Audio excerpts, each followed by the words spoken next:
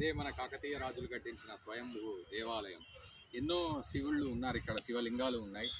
అవన్నింటినీ కూడా కూలగొట్టిన సందర్భం ఇది.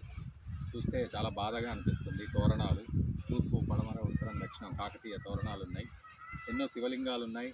అటువైపు శివుడి ఆలయం కూడా ఉంది. ఆలయం తలుపు తాళం వేసింది, లోపల చీకటిగా ఉంది.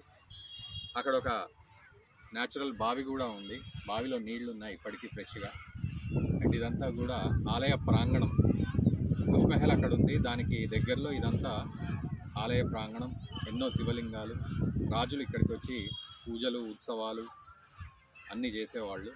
ఈరోజు ఈ రకంగా చూస్తుంటే కొంత బాధగా ఉంది. బట్ చాలా అద్భుతమైన ఆర్కిటెక్చర్ అయితే కనబడుతుంది, కాకతీయ సామ్రాజ్యం యొక్క ఆర్కిటెక్చర్.